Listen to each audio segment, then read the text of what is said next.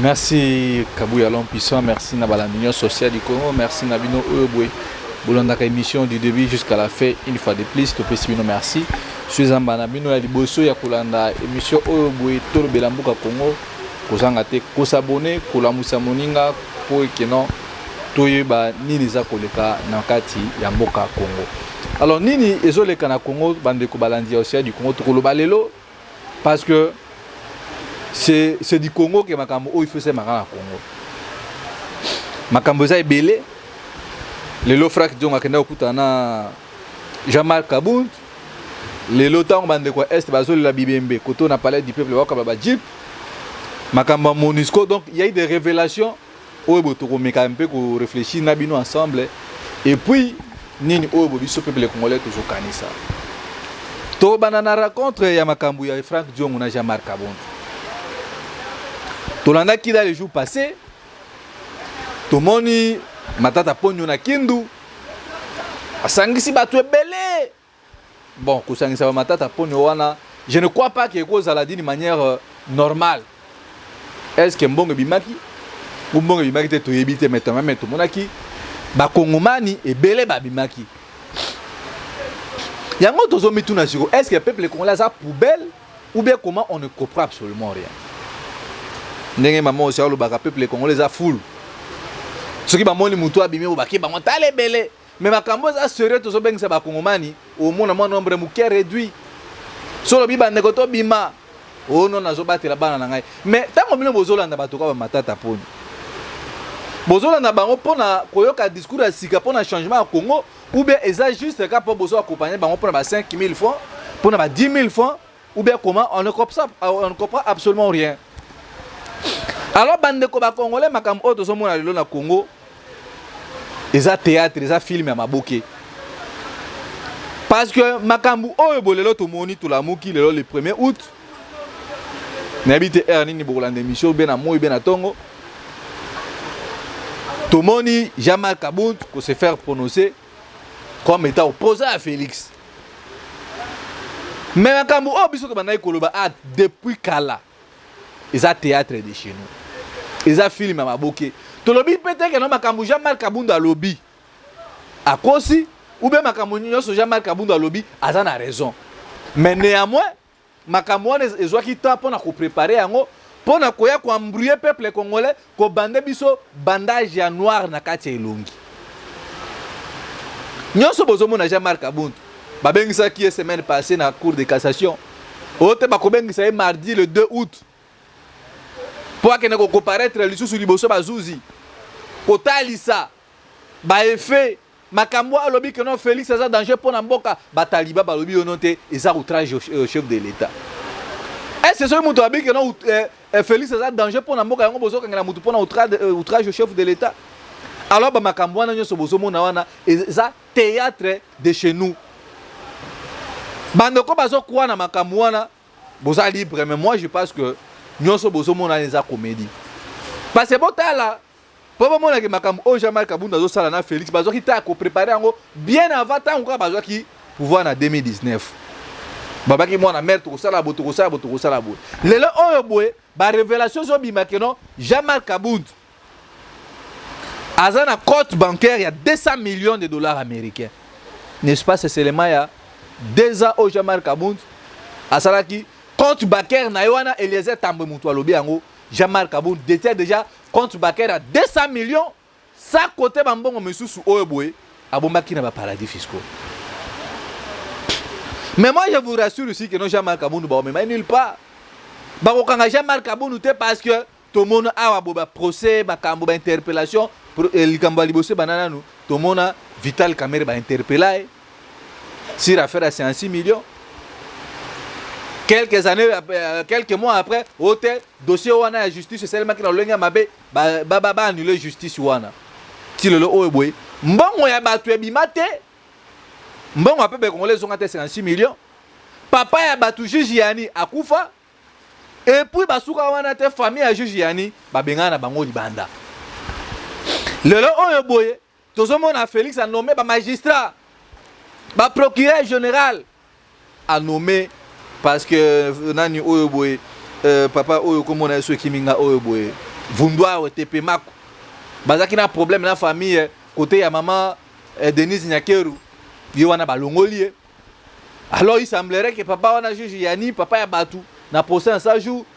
Ba matisa qui est grâce ba éleva qui est à titre posthume parce que Koufaki na raya ba procureur général. Mais ce qu'on bon nommé Moutou bo élever Moutou. Mais ba avantage exacté jusqu'à après le dit contraire Oyebwe papa ya Batu akenda na sacrifice ya Mbeka ya Ofele.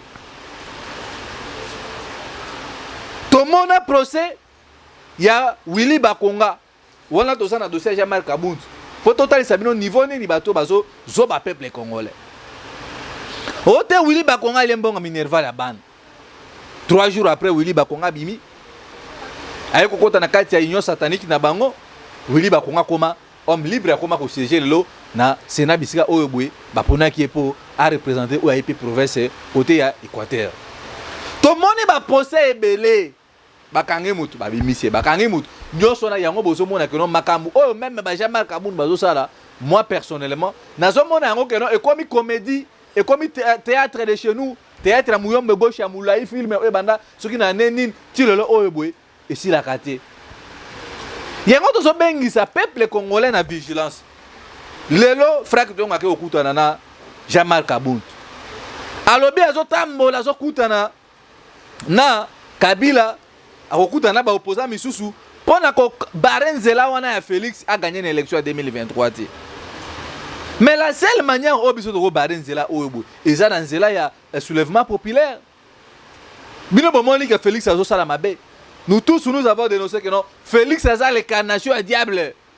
Le mal aujourd'hui s'appelle Félix Chilombo. Ole bino bo bimisa peuple na balabala. Ole bino bo telemisa peuple. Bo matisa peuple wana mafuta que non to bima to se débarrasser na batu Oyebwe. Mais aujourd'hui tala batu Oyebwe bazo kende ko tambola ka ko lukana ka parce que ba intérêt na bango ndena lobaka ngo plusieurs fois que non ba yebi oyo batu wana bazo sala. Aujourd'hui frère Dongo Félix Jean-Marc Kabund Kabila et les autres là ba yebi oyo bazo sala parce que ba yebi que non intérêt na bango ezana katikati wana il faut qu'on embrouiller peuple congolais, il faut qu'on endormir peuple congolais. Donc tout ça chers congolais ils ont aventure au bateau bazo sali sabiso. L'homme ba au monde Jean-Marc Kabund aucun ne comparaître mais il va rentrer en homme libre. Jean-Marc Kabund dans les jours à venir. Aucun ne peut écouter na Kabila. Pourquoi ne pas tant bino bozo lo bakeboza bopoza? Pourquoi ne pas consulter le peuple? Oazo souffrir. Bota la bateau na bango tout silence la radio. Aujourd'hui Jean-Marc Kabund qui se dit opposant. Ba frère Diongo. Les là bateau bazo kufa na est aucune déclaration pour na koloba que non bande ko est ou bien nous condamnons ce qui se passe à l'est du pays. Les là Oyeboye Tomoni comment est-ce que la MONUSCO s'est transformée en un groupe rebelle? MONUSCO a outi na mboka Oyeboye na Uganda. Aye akuti barrière ya Congo bakangi yango. Afungoli fait on dirait comme si tous en a kati ya rébellion. Mais au moment où to banayi ko kanisa que non MONUSCO ko yana na Congo Mandoki oyo MONUSCO abika sa incapable de kubuna ba 1-23 mais MONUSCO prend le luxe et le courage. Il y a bomba ba civil, plus de 18 morts. Et sans compter le nombre de blessés. Soto metuni minduki wana MONUSCO beti auti nango wapi. Pona ko bomba ba civil. Mais MONUSCO devant ba rebelle, il est incapable. Côté gouvernement qui ça silence radio. Nous avons tous suivi le ministre de la Communication qui se dit oh non MONUSCO babeta ki kaka massa sur le colon de Okabo so tozami lo bamoko o tia na no vidéo obo total si réellement makamo ministre ya information porte-parole du gouvernement lobi que MONUSCO babeta ki kaka massa sur le colon so tozami lo bamoko o tia vidéo pito zonga c'est bêtise.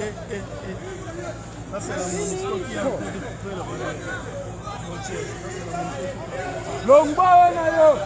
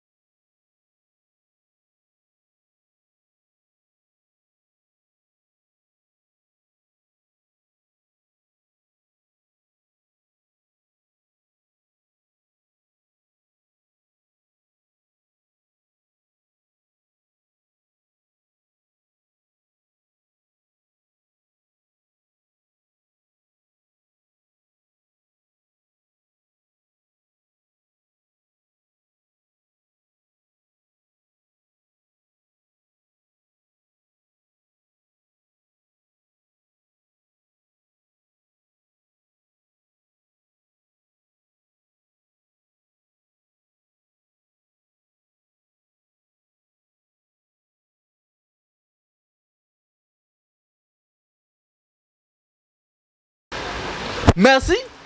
Alors, ministre de la communication, porte-parole au gouvernement.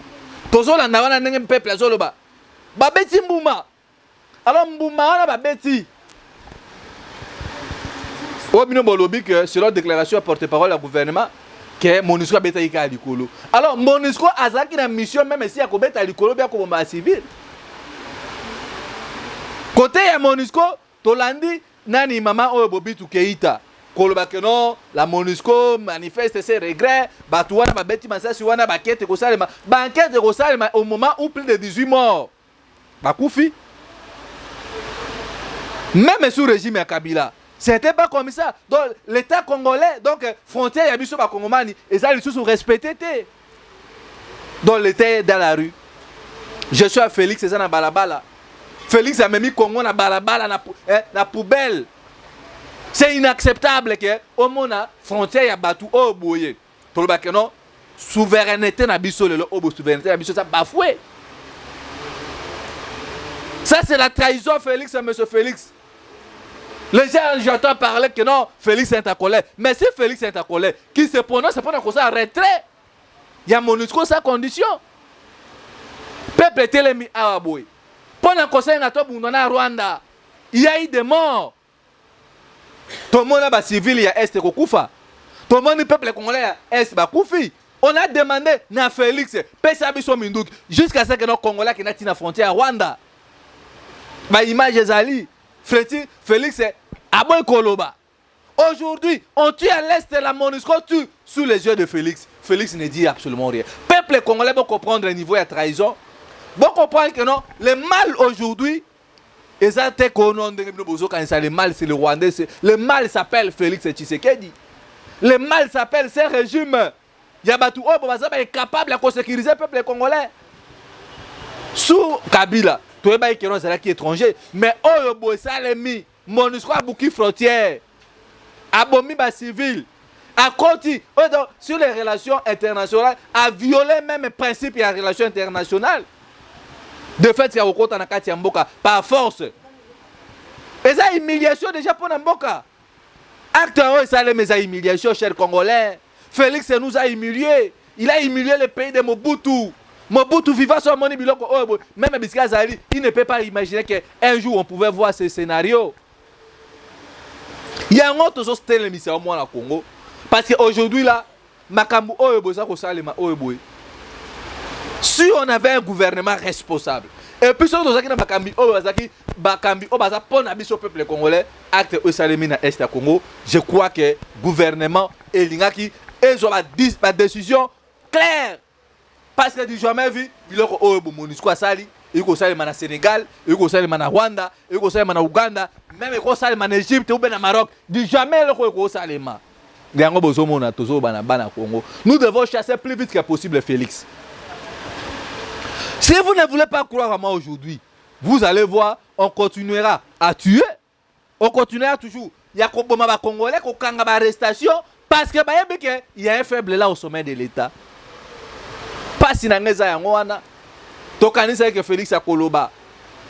Tout le monde dit que Félix est dimanche, samedi, Félix a joué à Moussala, à Kinshasa, mais à l'est du pays ça brûle. MONUSCO a renforcé les sous Batounaï à l'est. Et puis on se pose des questions. Batouana babeti Masasiwana. Na obabomaki Batuna Beni na Butembo. Batouana babimi wapi. Donc MONUSCO lelo oyoboy. Asa la mission a été à combattre les Congolais. MONUSCO mission a été oyoboy. Ba Congomani soki totelemité. Donc c'est fini pour la mission. Nous serons toujours en train de subir les humiliations. Yango wana bozo mona tozo bengisa Congomani baso. Tobi mapona ko bengana Félix na ba MONUSCO oyoboy. Coup de chapeau na mandeko na ya Goma. Interdiction dans la Nina Bolobi.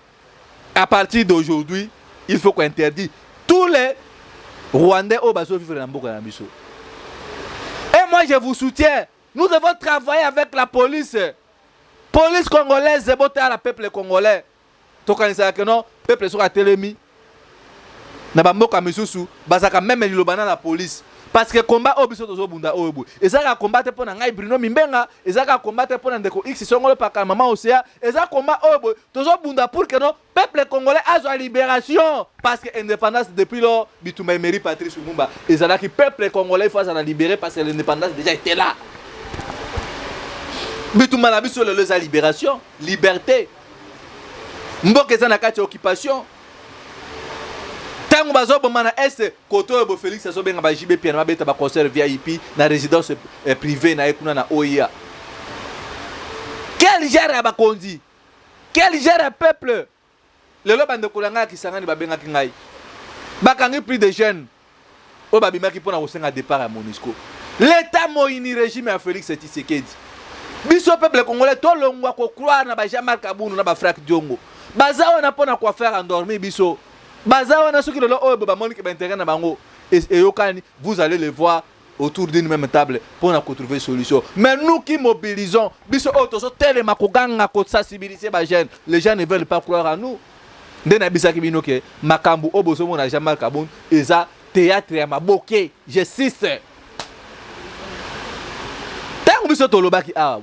Si on avait un gouvernement responsable, au moment où bozu plus de 530 députés par lycée de Bopé si ba député wana na est mboka sécurité za ko continuer bazo boma ba policier na biso ba boma ba policier mabe ba boma ba civil mabe ba boma ba soda na biso mabe. Pourquoi? Parce que ba soda bazana ba munitions te ba soda bazana ration te ba soda bazana même incapable à kolia ration na bango ezokomate et ça humiliation.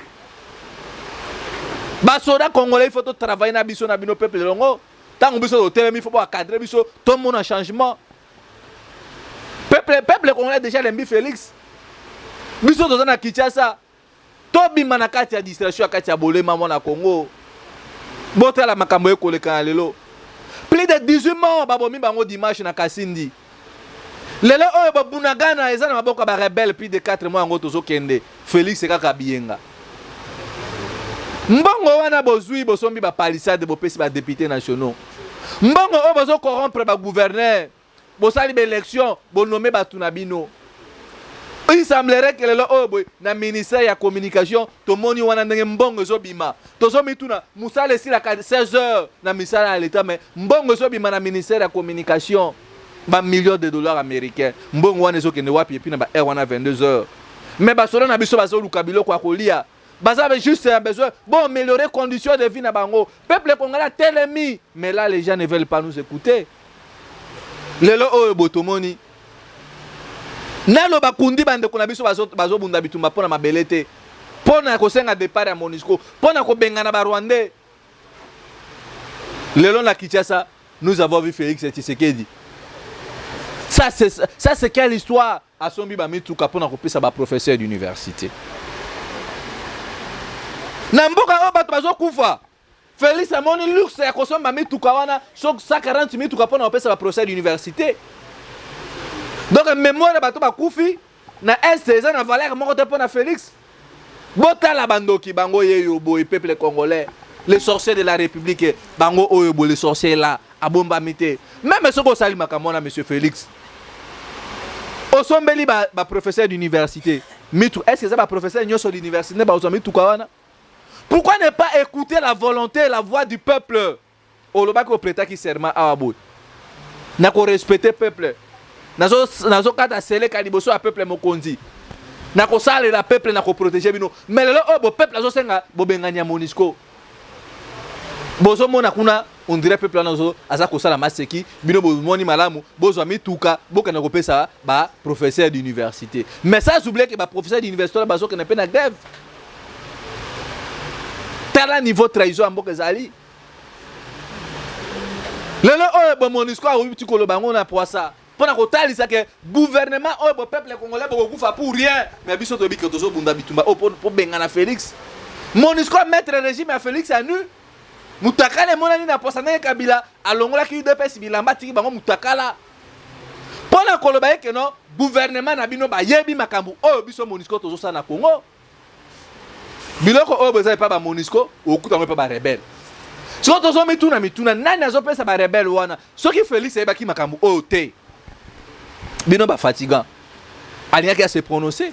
Donc si là si radio à Félix Cela démontre que non, il est complice dans makambo nyonso ezoleka. Lelo MONUSCO tango alobi yango na poisa.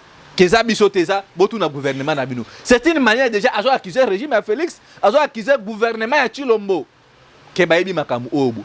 Ba M23 balobaki tozalaki logé na Kinshasa pendant 14 mois, nani abandaki kofutela bango mbongo wana. Ba M23 balobi tozalaki ko travailler na Félix depuis 2013 tant bazaki na kati ya UDPS. Ba vérité zobima nani na côté le misa peuple voya Bruno Mimbenga zana no mamuke. Mais voilà ngeza koyoka na quand même. Mais les gens ne veulent pas croire en nous. Makambo besa que nos peuple congolais tele mango. Donc Félix bah tout déjà bah yebi que aujourd'hui ceux qui en sécurité ça na est et ça Félix. Aujourd'hui ceux qui ba M23 baza alimenter na minduki na ba moyen financier na biloko akolia et ça Félix c'est parce que Félix va récupérer na batona depuis ça qui na kati ya UDPS président UDPS. Aujourd'hui ceux qui basoda na biso baza ko confronter basoda te ya ba cas divers c'est le Félix bah tout déjà ba lobi makambo wana makambo za tellement ébélé. Bah fait ça tellement ébélé que non si on avait des dirigeants on va ça souci que makambo échanger pour que tel mi s'appelle dans un soulèvement botala ba makambo o vérité en MONUSCO bimisi. Pourquoi ne pas boyebi ça peuple wana que non to bima balaba to binga na Félix. Mais vous allez voir ba leader congolais na lobaka ngo plusieurs fois bazo banga prison bazo banga bambongo na bango bazo banga ba biloko na bango ba investir. Peuple congolais nous sommes des orphelins. Il faut tout bunda. Les gens qui sont nouvelle d'arrêter 10 jeunes congolais, oh bobazo c'est un départ à MONUSCO. Donc si moi je comprends bien, l'arrestation na ba tuerie zo sale mawana, le quoi la MONUSCO à mettre Félix et Mutakala pour na koyebi c'est que nos complices nous sommes makambo zo sala au travail ça ensemble avec Félix. Yango bomondi ba komi ko instruire, ko ba keno ba jeune ba kobima, o ba ko ba pour makambo MONUSCO, arrêtez-les. Bobo mabango. Nous allons mourir tous. Mais quand on a biso, bobo mabiso a caché, bobo mabiso a public. Yango na biso te ke ba résistant. Toko bima. Toko kene ko senga na MONUSCO alongo na Kinshasa, alongo na Congo. Makambu MONUSCO alobi. Ke makambo zo le kana mboka na bino za gouvernement za régime na bino za ba autorité na bino. Ezaka makambu oto kana ko soda ngona ambassade ya Russie. Il nous a dit Bruno makambo zo le kana Congo. Ils ont bisoté Russie, tous ont besoin soutenir Bino. Ils ont un régime, ils ont un dirigeant à Bino. Et je confirme ça. Parce que MONUSCO, ça branche, il y a des Américains. Est-ce que tu as Russe qui m'a dit est-ce que les Américains bazalaki kuna? Non. Donc les gens ont besoin de comprendre que le makambo zo dans Congo te. Ils ont une autorité na biso parce que ba misu so bazana ba carrière minier, ndenge les gens que non, Jean-Marc Abundo za ba carrière minier belé na katanga misu na côté ya mboka o na Bondo na Aketi. Botala, yango boso mona biso ba jeune, nous avons dit il faut couper cette relation na ba dirigeant oyobo. MONUSCO a dévoilé secret à Félix. Félix collabore avec les 1-23. Félix a yebi makambo MONUSCO zo sala. Félix a lingi te que no ki maison na est pour ayebi azo préparer glissement na e. Yango na boso mona bazo créer épisode na bango na ba Jamal Kabund, na ba Frank Diongo et koso pour na osai sabiso théâtre ya maboki. Même parole au bas autorité russe ba bisaki biso. Alors biso peuple congolais, il faut qu'on le cana sur son patriotique. Il faut que na soulèvement populaire, na révolution. Quand nous parlons de la révolution, exactement que la révolution à Mindouk. Nous parlons de la révolution Otala, pas si bazo boma batuna est na Kinshasa bazo fêter. Nos frères de l'est bazana matanga Félix azo voyager, Félix azo corrompre ba professeur d'université na Mituka. Pourquoi ne pas construire Banzela? Pourquoi ne pas coacher ba moyen pour na basona na biso? Pourquoi ne pas kosomba bibundeli minduki ya makashi po bopesa basoda ba sécuriser ba congolais? Tozo kabatu ba komi ko évoquer ono MONUSCO so akei insécurité et ko sali sous makasi, ko sali intensifier sous makasi. Mais non. Insécurité ko za makasi parce que batu wana makomo ko ba ko créer sécurité wana pas ba continuer ko iba, pas ba continuer ko bomba ba kongomani. Parce que ce qui est réellement que batu o ba yaki na souci qui va changer makambo. Ndenge peuple congolais zo senga ba bengana ba Rwandais. Tokata ba relation diplomatique na batu bazo avayi biso. Il faut qu'on s'arme. To lobite que to bengana MONUSCO pour bengisa biso basoda ya AEC. Non. Et puis monsieur Félix, vous devez savoir ça. ndenge ozo protéger MONUSCO na ba Rwandais soki bato wana ba keite donc muto to benganisa yo. C'est ça. Et là, comme ils sont comme décision à moi. Parce que ton dimate, yo zalana ko protéger ba tout pour na terrain na bino. Parce que le oh boy, bosali ba série ba ordonnance bon nommer ba tout na bino. On nomme ba master no ba otipoto ba jika. Ba procureur général, ba na cour de cassation, ba magistrat, tout le monde ba nomination wana. Donc na Congo, ba ndeko ba bundaki na kati ya 10e mairie, personne na kati na ba za ba intelligent ba ko travailler. Et puis quand je vois ces gens de l'UDPS, parfois, ils ont ça la passe. Il y a un ça appel au Congolais. Nous devons nous réveiller. Ma foute à tababeta na moto.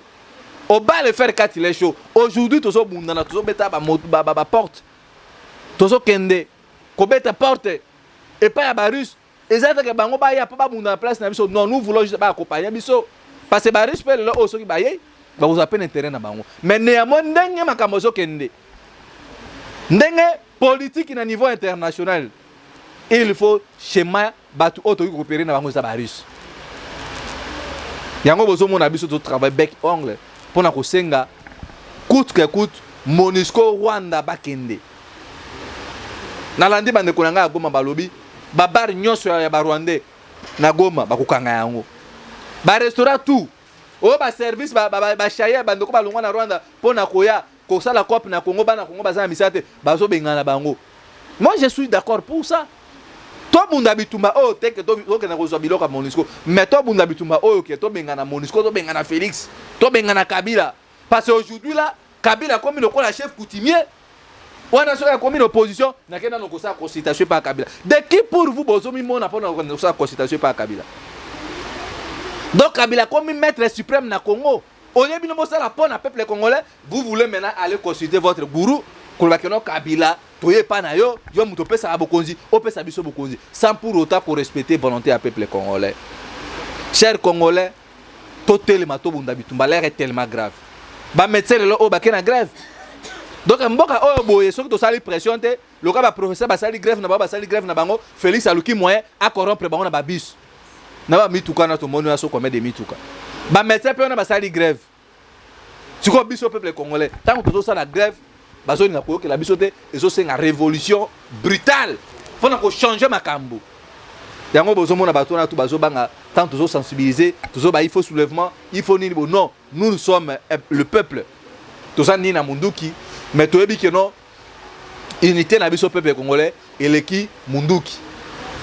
Ni les autres là que to continuer ko vivre dans la situation où nous devons lever la paix ko bange le ngwana kati ya mitu na biso.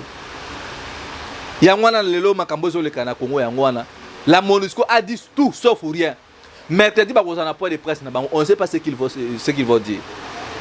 Au moment où ça chauffe à l'est, Félix na biyenga so kabola ba mituka. Alors biso do ko croire na batu oyo boy. Je ne crois pas. Yangwana bengi si ba résistant nyonso. Lobi to kozala na desat pour na kosenga départ à MONUSCO, ndena bakango entre la patrie ou la mort, le peuple vaincra. Ndeko Bobo, ndeko Lumumba, Mama Océan, nombre to kozala. Parce que tous les tête que notre vent tous la bakongomani basso parce que tu comprends que non congolais on a kati ya futilité, congolais on a déjà le Koembela Félix. Tandis que bande connaît à Goma bazo kufa. Et aujourd'hui le obo ceux qui ba Goma tracé bande ko es ba ko misamboka na bango eta. Quelle serait la suite? Yango to bengi sibino na éveil patriotique oyo boy to telema pour que non makambo échanger parce que mandat MONUSCO ba yaki na Congo pour na ko changer makambo bazaki na mission pour na ko tia kimia na est ya mboka na biso eza lokola mutu ba voter na mandat moko comme député national au représenter peuple ba moni ko travailler mandat mobimba na législative wana osale loko malonga te peuple abi tozo sanctionner bino boso ngato za bato misusu c'est pareil pena MONUSCO bosali plus de 22 ans tout le monde changement te peuple asengi bozonga bolingi te alors bolingi suni bosa forcing et ça les maraté acte oui ça les mi dimanche et ça acte ya humiliation na mboka la biso Congo yango to bengi si mwana Congo to telema pona ko changer makambu to telema pona ko bengana ko senga départ ya MONUSCO azonga na mboka naye ko bengana MONUSCO nous allons voir qu'est-ce que nous pouvons faire dans les jours à venir. Il y a le long à ceux qui a aboué. Soit un homme à Liboso Kolanda aussi du Congo, s'abonner, au partager mission pour que comme la bande de ban sur Bisika Bazali pour na Kolanda sensibilisation au bobiso de Zakosal. Nena lo bakango toujours plusieurs fois. Libo kapilipili si la mukso na mukolo morote, suki nzamba lingi, to kutani na bino na mikolo sali ko ya matondo.